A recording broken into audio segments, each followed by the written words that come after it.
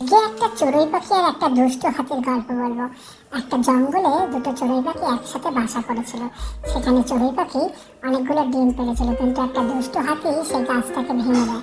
এর ফলে চড়ুই পাখির সমস্ত ডিম ফেটে যায় এবং বাচ্চাগুলো কিন্তু মরে যায়। এরপর চড়ুই পাখি তো প্রচণ্ড রেগে হাতিকে ঘিরে ধরে। তখন চড়ুই পাখি কিছু করতে পারছে না, তখন চড়ুই পাখি এক বন্ধু কাঠঠোকরার কাছে যায় এবং কাঠঠোকরার কাছে গিয়ে সব ঘটনা সে খুলে বলে। কাঠঠোকরা তখন তাকে কথা দেয় এর প্রতিশোধ সে নেবে। কাঠঠোকরা তখন তার বন্ধু ব্যাং আর একটা পিঁপড়ের কাছে গিয়ে সব ঘটনা খুলে বলে, লিখে জানায়। তারপর তারা মিলে হাতির বিরুদ্ধে প্রতিশোধ নেওয়ার পরিকল্পনা করে। পিঁপড়ে তো হাতিকে ছিকে ধরে থাকে, সমানে তার কানে গুন গুন গুন গুন শব্দ করতে করতে করতে। আর যেই যখন কান ঝালাপালা হয়ে যাচ্ছে, কাঠঠোকরা তার চোখে ফুটিয়ে দেয়। আর ব্যাং ডাকতে ডাকতে যখন হাতিটা জল খুঁজতে খুঁজতে যাচ্ছে, এদিকে ব্যাং একটা গর্তের সামনে হাতিকে নিয়ে সেই গর্তের মধ্যে ফেলে দেয়, আর হাতিটা সেখানে মারা যায়। কেমন লাগলো ভিডিওটা অবশ্যই জানিও।